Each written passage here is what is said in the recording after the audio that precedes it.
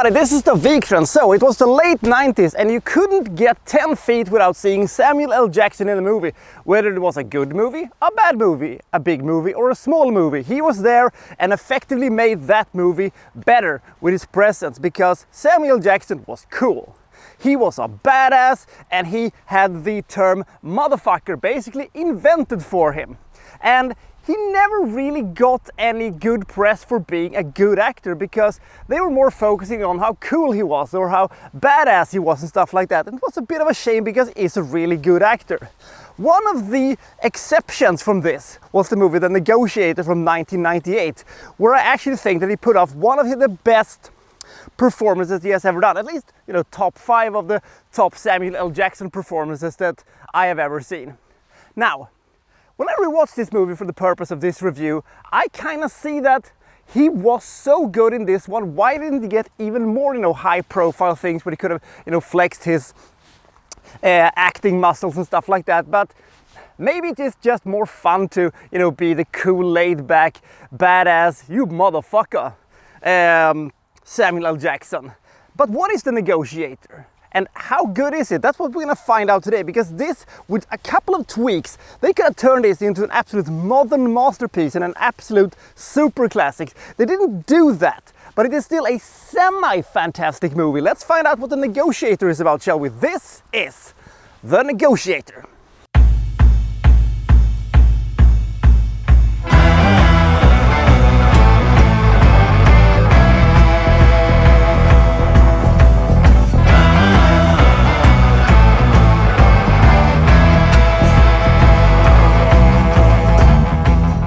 Jackson plays Roman. He is a negotiator for the Chicago Police Department, and he's an expert in getting, you know, under the skin of, you know, the perpetrator, so that any hostage situation can be resolved without, you know, anybody getting killed, so that the perpetrator can stand trial for his crimes, etc., etc. He's very good at his job, but his wife thinks that, you know, you take too many risks. Do I, you know, get to see you when you come home? And you shouldn't, you know, put yourself in that, you know, dangerous situations. And Samuel L. Jackson assures her that I'm done with, you know, this risk-taking thing, and, you know, crazy has left me. You see the train over there? That is crazy leaving us, and they're hugging, you know, everything is peachy.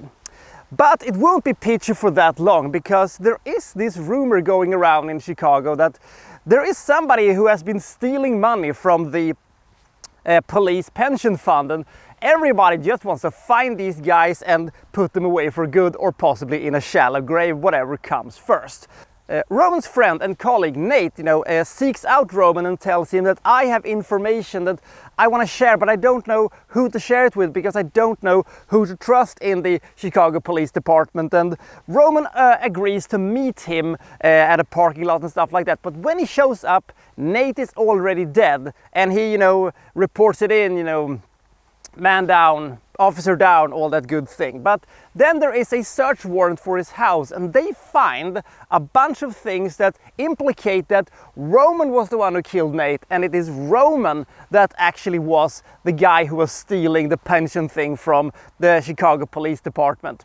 Now, Roman is of course very pissed about this, and, you know, he is probably about to be indicted for this, and he goes up to Internal Affairs, which he thinks is responsible for, you know, stealing the whole thing. By the way, in the 90s it was always Internal Affairs who was, you know, these evil cops that, you know, didn't allow the cops to do their copish things and stuff like that. Coming to think of it, I think I can find more positive depictions of, you know, nice Nazis than I can, you know, think of nice Internal Affairs investigators and stuff like that. But that's a story for another time. So he goes up there after a shouting match with Internal Affairs, and especially with Niebaum, a man that Samuel Jackson hates almost as much as Niebaum hates him. He leaves and thinks about it for a second, and then he makes a very rational decision and, you know, betrays all that, you know, crazy has left you thing, and he takes hostages. In fact, he takes the entirety of the Chicago Police Department's internal affairs hostage, including a snitch played by Paul Giamatti, who will fill out the ranks of very, very good supporting characters in this one. We'll get to that in a second. So, The entirety of the internal affairs is now blocked, and he's inside of there, and all his colleagues is on the outside, and he refuses to talk to any other negotiator than Chris Sabian. Everybody goes and thinking, who the fuck is Chris Sabian? Now it has gone, what, 40 minutes or so of this movie, and we have never heard his name, and at this point we also don't know that it is Kevin Spacey who plays Chris Sabian. Let's just take a moment to think about what an awesome name Chris Sabian is as a name. My God, it is a badass name. But anyway, Chris Sabian is summoned to there, and everybody's thinking, why is he here? Why did he demand, Chris Sabian as the negotiator? And Roman explains to him that Chris Sabian has a record of never losing either hostages or perpetrators. He always resolves his negotiating bits without violence, and more importantly, because he does not belong to the same precinct as he does, he cannot be involved in the cover-up and the setup of him. So he can trust him because he doesn't trust all of his colleagues. Some of them is probably going to try to kill him because they want to, get him out of the way because he's a threat to, the cops within the Chicago Police Department who Roman thinks has stolen the pension funds. And Roman hopes that this hostage situation will frighten, the dirty cops so much that they are going to have to, come out of the woodworks to expose themselves, and thereby, clearing him of killing Nate and, of having stolen the pension funds, blah, blah, blah. And that is essentially what this movie is. It is a psychological warfare between two men, and also with multiple other, to us unknown people on the outside in multiple layers. Now, let's go through why this movie is so fucking good in a sense, because it is such a simple premise. We have one guy in one room which he can't get out of. We have one guy downstairs and he can't get into the room. Both men want different things, and there are multiple, forces on the outside that wants even more different things. Some of them might be good, some of them might be bad. We don't know who the good guys and the bad guys are. We do know that they are not Samuel Jackson or Kevin Spacey. Now, let's talk about casting decisions for a second, because Jesus Christ, what a fantastic decision it was to pair these two men together. And when they are talking to each other on the phone and stuff like that, sparks really do fly, and these sequences are absolutely fantastic. Add to that the fact that we have a sequence in the beginning of the hostage situation in which verbally Roman eviscerates this rookie guy who thinks he can be a negotiator while they're waiting for Chris Sabian. That is equally hilarious and equally frightening sequence, which also teach you a lot about the technique of negotiating. It's also fun to have a negotiator negotiate with another negotiator.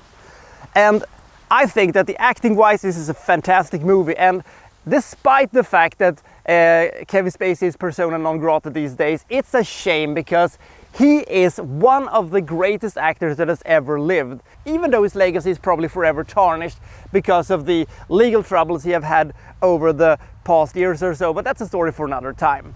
And we also have a bunch of fantastic side characters.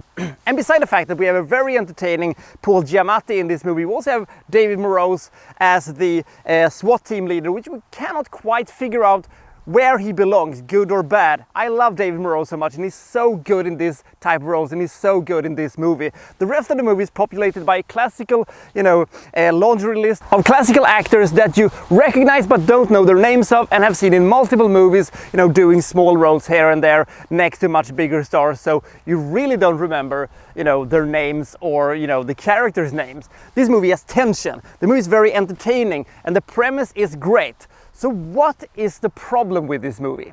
I will tell you what.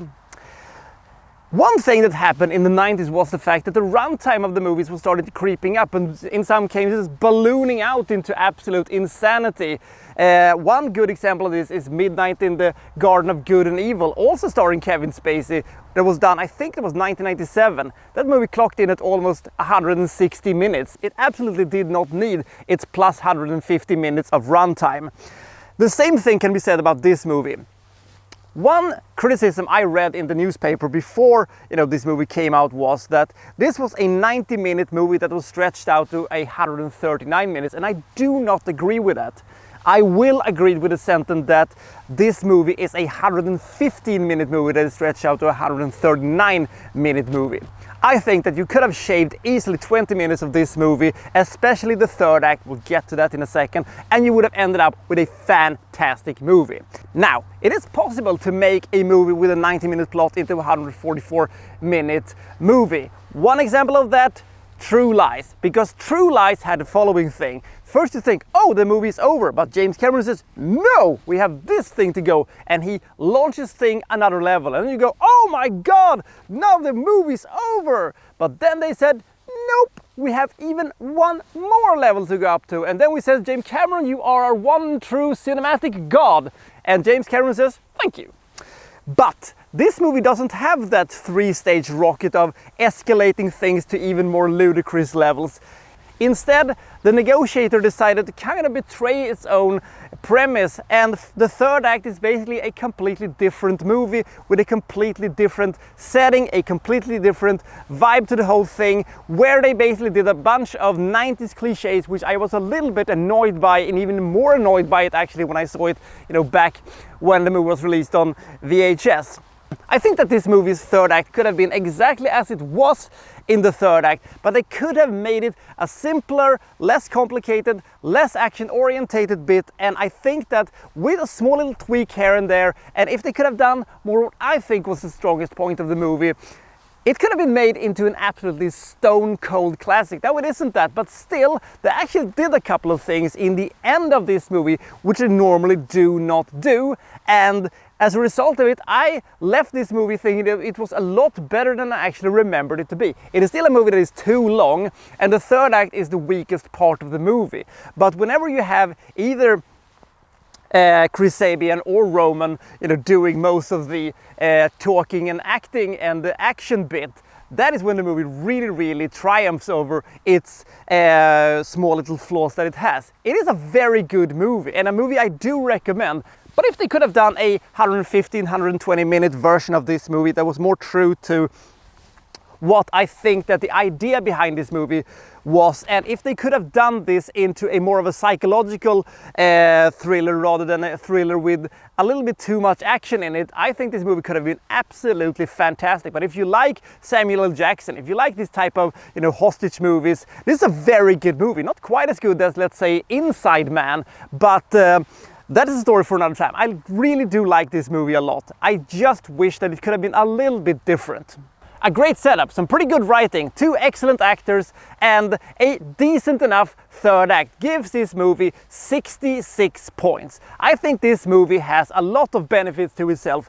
The flaws that it has can be overlooked if you can stomach, the bloated runtime and the slightly too cliched third act, where they kind of didn't do exactly what I wanted them to do. And maybe I shouldn't rate the movie I wish that they did over the movie that they actually did. But it did set up a bunch of things that didn't have a proper payoff, so that made me a little bit So I'll see you next time for Well So and So reviewing, well, such and such. Thank you for watching. Thank you very much.